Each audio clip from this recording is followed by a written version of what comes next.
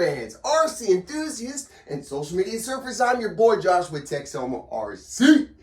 That's right, man. We on camera today. We showing off big time, man. Trying to show you all the work that we've been doing, trying to get ready for this chassis, man. Just look at, man. Look at the setup, dude. Look at this setup. What?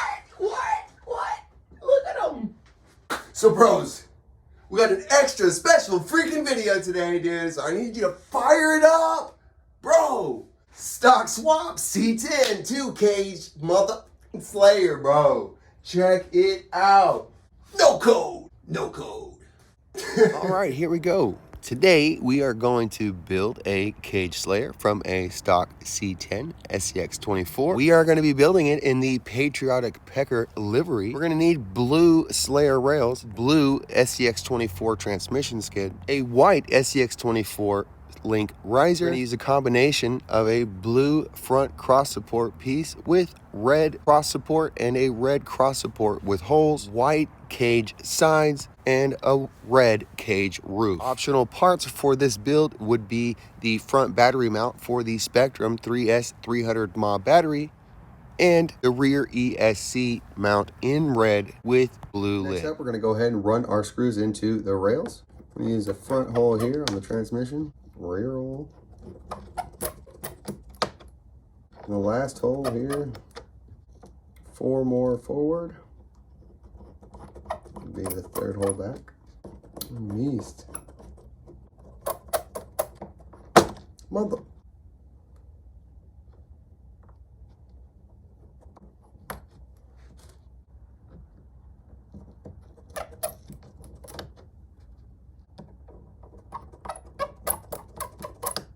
That should be it, dude. We've got 4 screws here for the transmission. We've got 4 screws here for our mid-cross support behind the transmission. And we have 1 screw here for our rear support. There will be another one that goes through for the cage, and also the front one will be held in with the cage. So we'll put those in afterwards. So next up, we're going to go ahead and attach our rails to the skid. Screwdriver's driving me freaking nuts. Here we go, dude. Run it in. Go ahead and get the other rail here.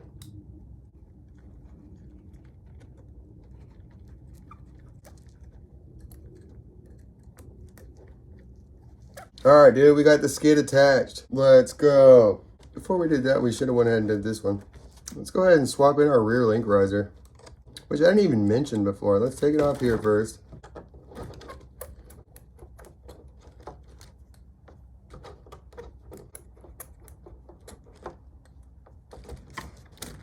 It just comes off after 2 screws. Go ahead and pull these links off.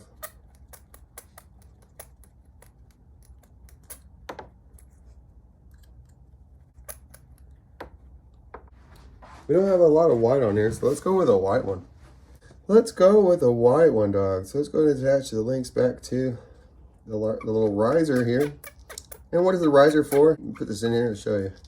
You can see, obviously, that it's just wider. It's going to help with our lateral stability, side to side, and it raises it up about 3 millimeters, just a little bit. What does it gain you? I don't know, maybe half a degree. Who knows, dude? Does it matter? It came free with the kit. Put it on. Dude, stop complaining, bro. Oh my gosh, you don't have to know everything. Just put it on the car and win. Overcome obstacles, dude. Overcome adversity. Let's go, dude. Little stick-to-itiveness, bro. I'm gonna stick this guy back on here. Dude, it's amazing. Look, it just fits on there. Ha! Pretty rad guy. Now, if I could just make a new screwdriver. There you go. And also, as always, with SCX24 parts, do not over-tighten your parts. I don't want to make the screw holes too tight that it stretches out the plastic and deforms the thin rails. So we have enough tension on there that you should be able to hold it together. If you're having problems, holler at me and I'll tell you how to fix it. All right, man, so we got a rear link riser on there. Looks pretty sweet. Let's go ahead and attach the upper links. So we have our lower links attached to the skid. The skid is attached to the rails. Let's attach the upper links to the rails. We're going to use a 1.4 by 8 millimeter. Go ahead and attach the upper links. The rear links we're going to go ahead and install and use the center hole. You can move these around if you like, but this is what I have found with these stock links to work.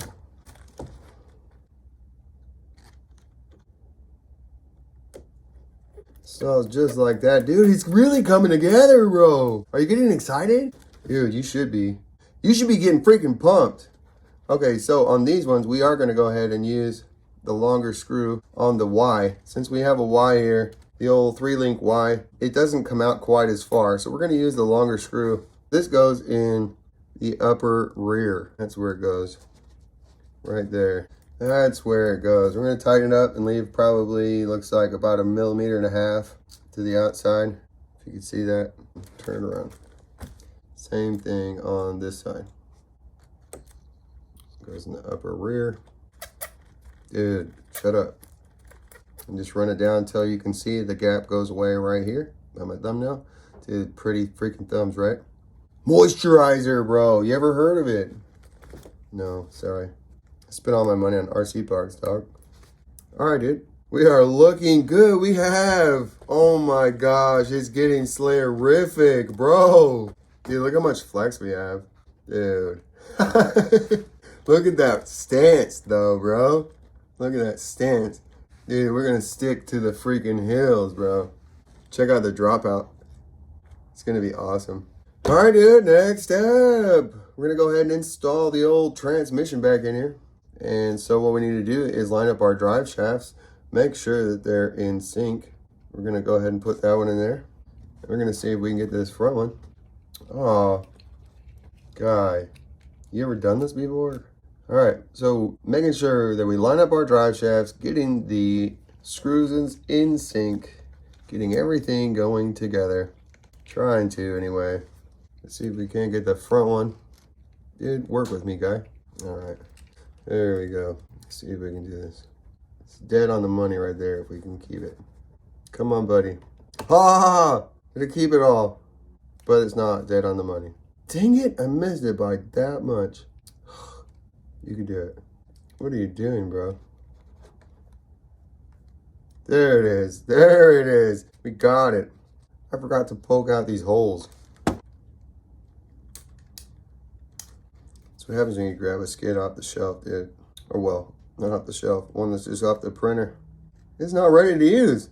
That's freaking crazy. Why are you being so nasty? All right, let's go ahead and attach the top screw here to hold it in place.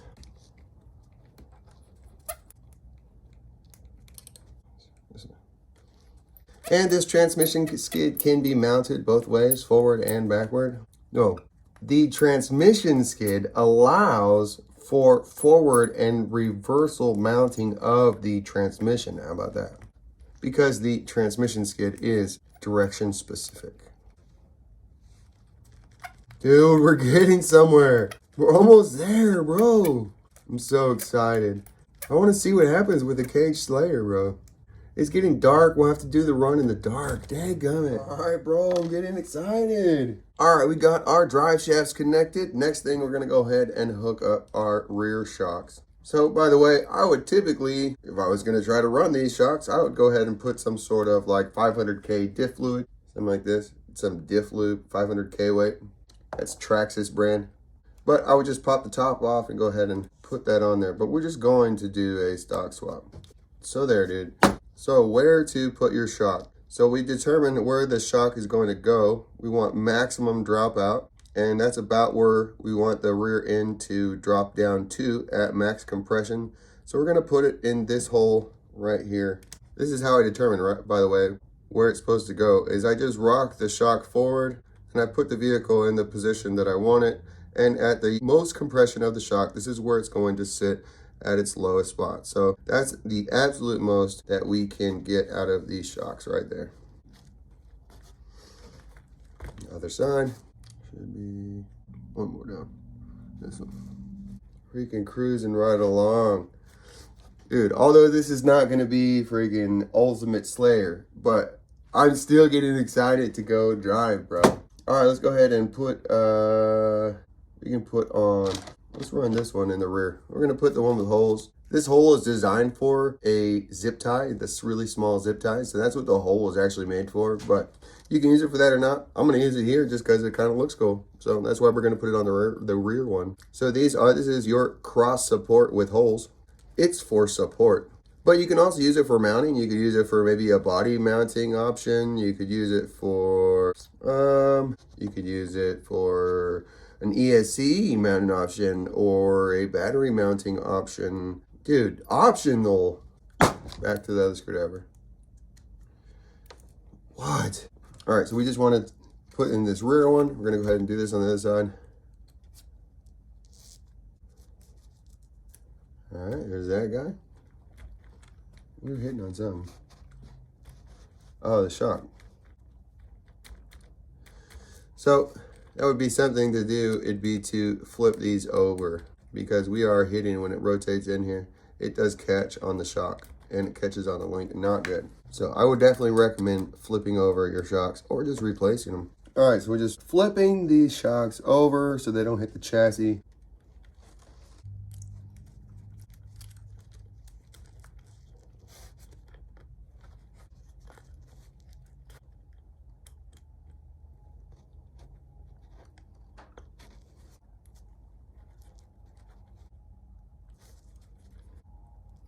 Be very careful with your motor wires here. We're going to fold them over.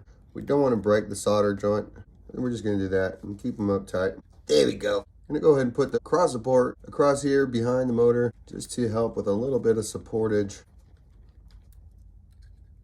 Probably could have done this one already. Should have done it already, but I forgot. That's okay, dude. That is okay. But it's still here for our support, so it's going to work, guy.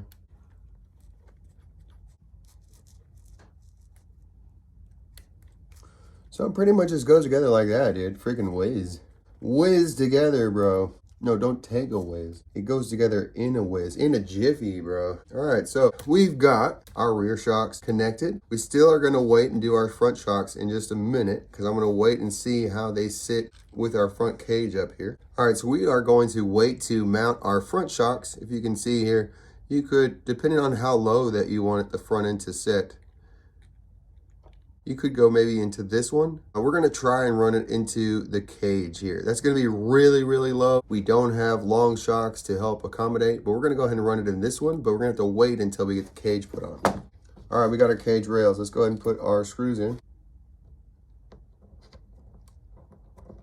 And with these, I found it helps to put a little bit of pressure straight down. Hold the screw. There you go, hold the screw.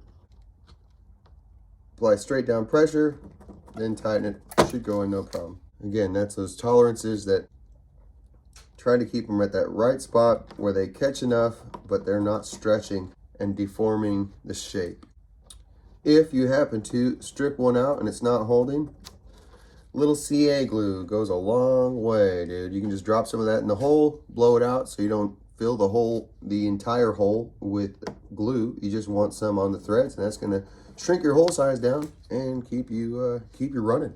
And you could also glue some of these different pieces together if you wanted. That's how I used to run it with the wood chassis. This was all glued together. So you could just glue some of these parts together. You could even save weight and remove some of the screws potentially. I don't know, never tried it. The top of our cage is a little bit radiused. That's the way it goes. By the way, there's a long gap and a short gap. Just make sure that they're lined up. It obviously won't go the one way, but all you got to do is turn around. So, but what we're going to do to add that radius is we're just going to, on the rail here, we are just going to add a little bend. So I don't like to bend it over the hole because we don't want it to break. So I just bend it in between the holes on both sides. You can bend it on the whole radius. Just be careful. You're not trying to break it. Just trying to put a slight radius in it. You don't have to. It will go together without it, but it's going to look cooler. It's going to all look much more better. That looks more better. There it is right there. That's the right side. We're going to put it together with long side toward the back. Here we go, dude. 1, 2. Here we go, dude. Easy as that. Freaking 3 screws to the wind. Isn't it 2 sheets? I don't know. What does 2 sheets to the wind even mean, dude? Hammered. I don't understand why. You could explain that to me, dude. You're doing pretty good.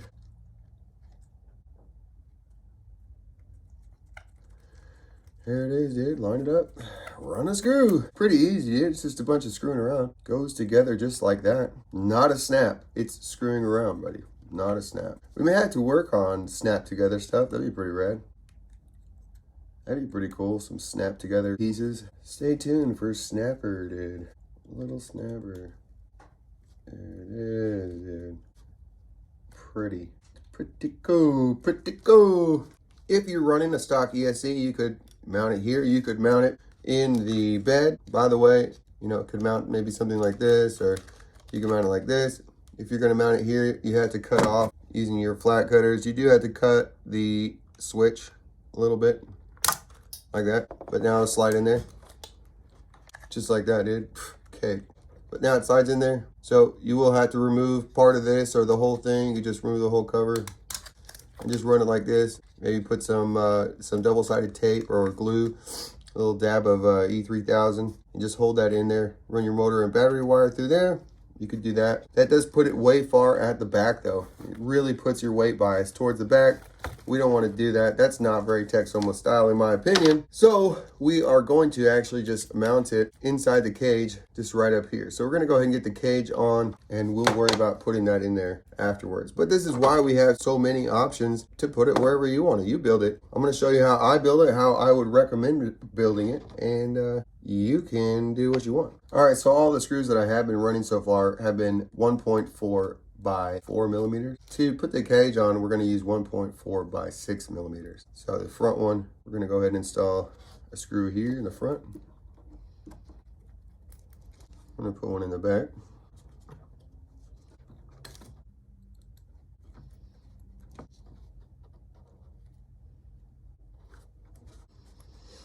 These lower 4 screws are back to the 4 millimeter screws. The reason we went to the 4 millimeter screws is because it's just going into 1.5 millimeters of plastic. So why would we have a bunch of friggin' screws sticking through? We have just a little bit, that's enough. That will do you, bro.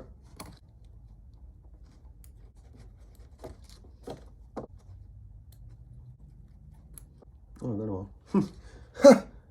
That's why. That's why you didn't have enough, dude. So, cage onto the chassis. All right, so we're going to start in the rear. Cage goes in this hole here. I'm going to go ahead and get this guy up in the very front hole on top. Don't run it all the way in yet. I'm going to leave it right there. We're going to finish this guy. This goes in the front upper hole. This goes in the center rearmost hole. It all just lined up. I didn't even have to line.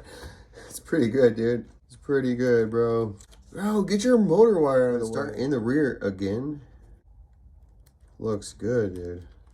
Go ahead and come up here to the front guy. That's one thing that you can do if you begin to get separation between parts. Once your screw actually begins to go in the hole, go ahead and run it in, run it back out till the gap separates, and then run the screw back in just like I did there. So we don't want to run that in too far. Back that up. All right, we're going to go ahead and put our front nose piece in here. This is the piece that we're using on this build, but this is where you could use alternate pieces. There are 3 options at this point. You have front ESC mount, you have a front cross support, and there is a front battery mount. Options, dude. And that all comes in the Slayer Builder's Kit. Again, this goes in the upper front. Go ahead and run this in. This goes in the center rear all the way back. That's our cage on there. Let's go ahead and install our front shocks. So we're going to go ahead, like I said, we're going to try this hole here. And this is going to give us the maximum slammage. Maximum slammage. So we may have some clearance issues depending on your course, driving style. If you were just running these stock shocks, stock length shocks, this may not be your desired mounting location. But this is how I run my car. I run it here with 43 millimeter shocks and rubber bands, so it's going to sit in the same exact way as this, but then you have massive dropout when it's necessary. The rubber bands keep it so that it'll run actually most of the time like this. It's just that when you need it, you do have the extra flex, and then you will also be able to drop out when that belly does clear. When you clear a ledge or whatever, you get the dropout. That way you can clear the obstacle. So there it is, dude. That's the last shock. That is a Slayer. Wow, that sucker is light AF. It's a daddy pecker and a baby pecker. Oh, dude, that's just wrong, bro. All right, so we are going to go ahead and hook our motor up.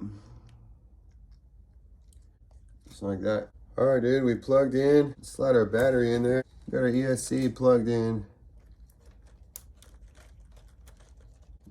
Ooh, these shocks may not work.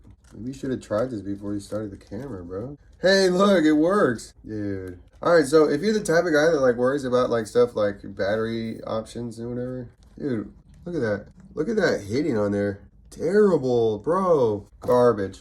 We gotta flop them. Flip flop, dog. Swip swap. So we're running into issues, dude, as we're doing this. You know why? Because I never did it before. I'm super duper stoked to see what happens when we put it on the range. Aren't you? Are you excited, bro? I'm freaking excited. Super excited, guy. There it is, dude. Let's get these things put back together and we can go play.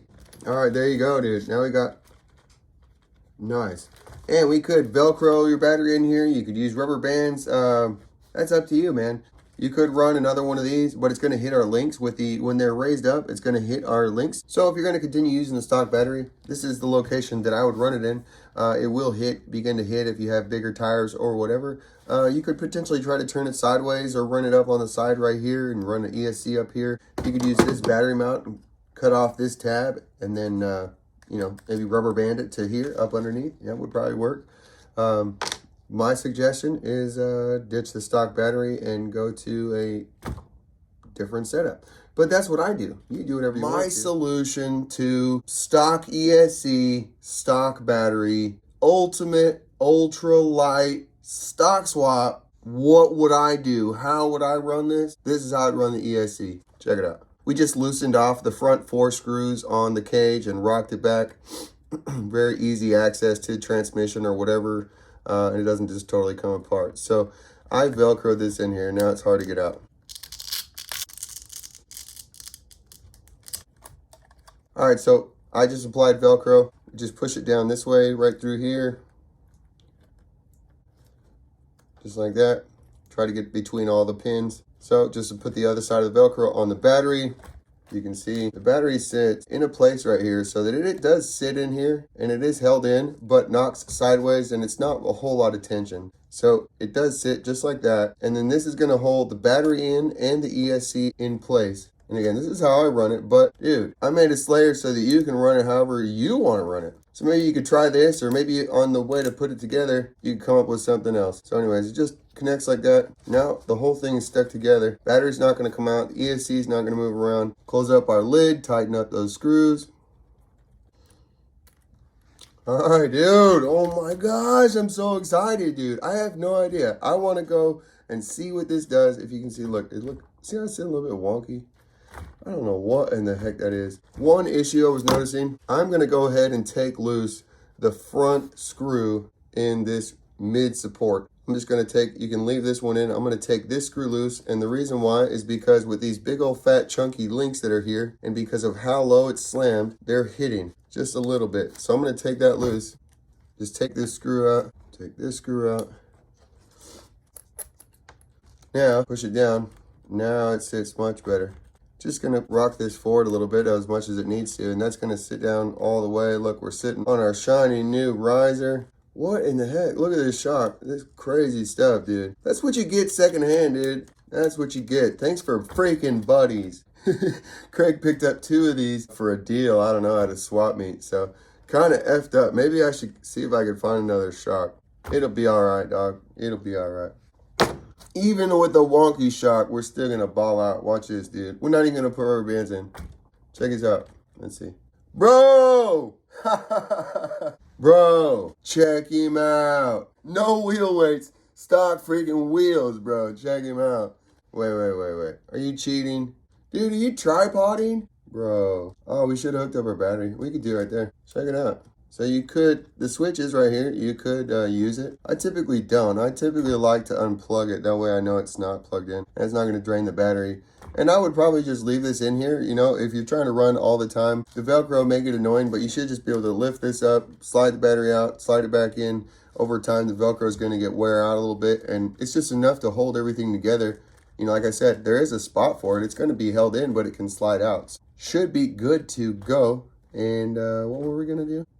Come on, guy. Let's go. Oh, it still works. We weren't cheating, bro. Come on. That's a stock swap. You talking about balance, buddy. Let's pull out the freaking scales and let's see what a stock Slayer weighs in at. I have no idea, bro. Never done this before. By the way, for people who ask, you know, what does a rig like this cost? This is probably like $500-600 in parts. You know, so if you want me to build you one, just plan on probably going to be more than that. Just the wheels and tires, that's over $100. With your inserts, what time you get your flubs, dude? Get some flubs in there, slime balls, or stay tuned for maybe some Texoma RC inserts. We'll see, bro.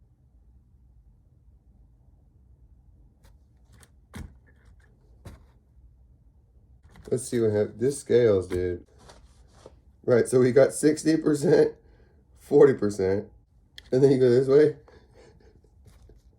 We got 60%, 40%. That means we got 50-50, bro. That means that whatever's wrong with our table, our weights, whatever it is, dude, if it goes both ways, then obviously we're 50-50. Now let's look front to back. I was not looking at that. So we have 59, 41. Let's check it this way. 59, 41. So that's where we are, dude. Perfect. 59, 41. So we're not quite 60-40 yet. But, dude, all we did was put on Axial Slayer parts, dude. That's it. Axial Slayer. Axial Slayer. Nothing else. We didn't add any weight. We didn't do anything, dude. And we can balance on the side. We can do all the cool tricks, bro. And we didn't even spend $1,000. We didn't spend $500-600, you know. Not saying we're not going to. Wait. That's not Texoma style, dude. Hold up. Hey. Dude, it's not official, bro. There it goes. Put the star lined up on the screws. That's official. That's official placement, dog. See? So let's see. Does that help our weight bias? 60-40, bro. It was the sticker. Both ways. We lost it. Well, it didn't actually help us. Okay, dude, let's put on the rocks, dude. I'm so freaking excited. I have no idea what this thing is going to do. You are coming with me on the first time. All right, so check it out. We are going to go ahead and put Pegger on the scale. Oh, no battery, dude. We got a battery in, dude. Let's check it out. All right, 59, 41, 59, or 51, 49. So basically right there, dude, whatever it is, our scales are effed up, bro. But right there, bro, right there. So we just and just expanded it to this, right? So just a comparison. All we're running on here is the Mofo, should be 3mm, the +3 hubs. That's all we have on here with the Mofo UPWs. That's all I usually do. We got heavy brass in the back, light brass in the front, brass knuckles, 43mm shocks, and then those wheels and tires. And you say, oh, that's it, but like all that stuff ends up adding up really fast. By the way, this is my probable preference in these little guys is just the Enduro Pro with the Lizard Pro. You can run it on the ES, even on a V1, it still works, you know, but my favorite is on Lizard Pro 3S with underdrive in the rear. That's how I run the car. That's my favorite on the SCX24 platform on a shorty. That's why. All right, Stock Slayer, dude. Here we go. Stock C10 Slayer swap, dude. Let's go. Our rocks are drying out, dude. I wet them down with a hose. I messed around too long, dude. They're getting dry. Not trying to cheat, dude. Let's run it back. Looking good so far. Really could go for a new freaking servo. Obviously, we could use some tires, dude. We're slipping all over the place. Here we go, buddy. Here we go, guy. Run it up, run it up. Come on, bud. No grip. No grip. We got no grip. No grip. There it is. Got some grip, a little bit. Here we go, dude.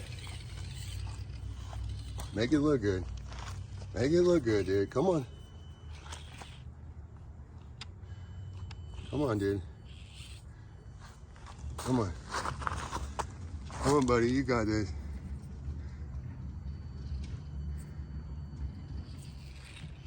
Come on, right there. Come on. Okay, okay. It's slipping, dude. We're slipping. Can we finish this out? Come on. Solid run, dude. Solid run to the end. All the way down. Yeah, dude. Obviously, you got no grip, dude.